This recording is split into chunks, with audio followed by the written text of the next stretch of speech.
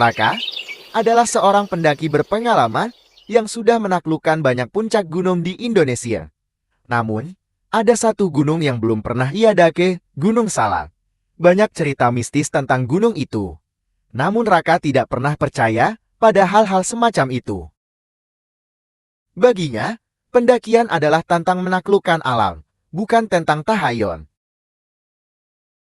Pada suatu hari, Raka memutuskan untuk mendaki Gunung Salak sendirian.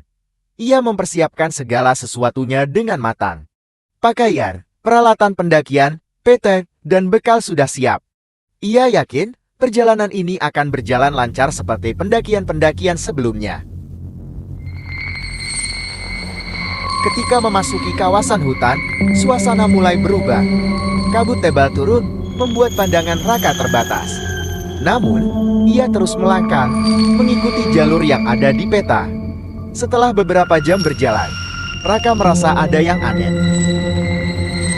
Jalur yang ia lalui tiba-tiba hilang, seolah-olah tertelan oleh hutan lebat. Ia mencoba memeriksa peta dan kompasnya, tetapi tidak ada yang salah. Raka mulai merasa sedikit panik. Sore hari tiba, dan matahari mulai terbenam. Raka memutuskan untuk mendirikan tenda dan bermalam di tempat itu.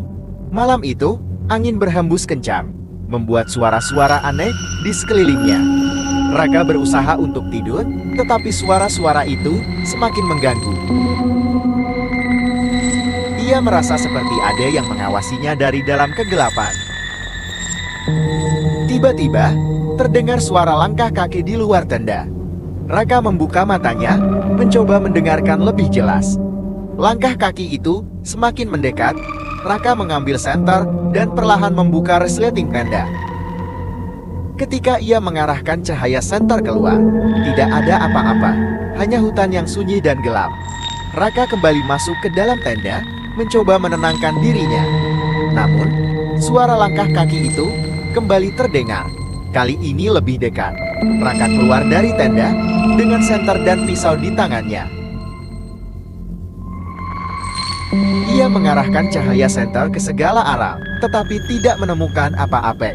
Hatinya berdebar-debar. Ketika ia hendak masuk kembali ke dalam tenda, ia melihat sesuatu di tanah. Sebuah jejak kaki besar, jauh lebih besar dari ukuran kaki manusia. Jejak itu mengarah ke dalam hutan. Raka merasa bulu kuduknya meremang.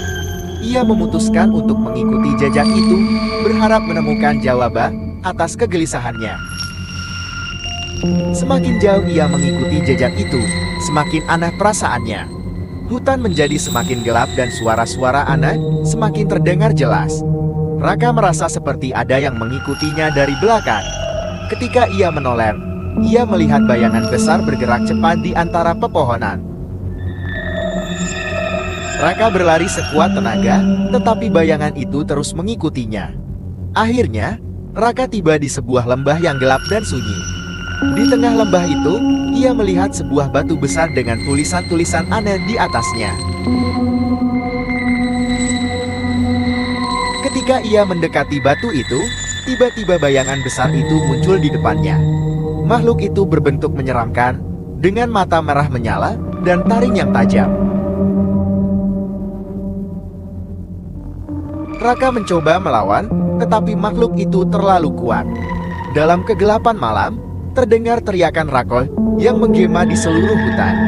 Keesokan harinya, tim SAI menemukan tendanya yang kosong. Tidak ada jejak Raka di sekitar tenda, seolah-olah ia menghilang begitu saja.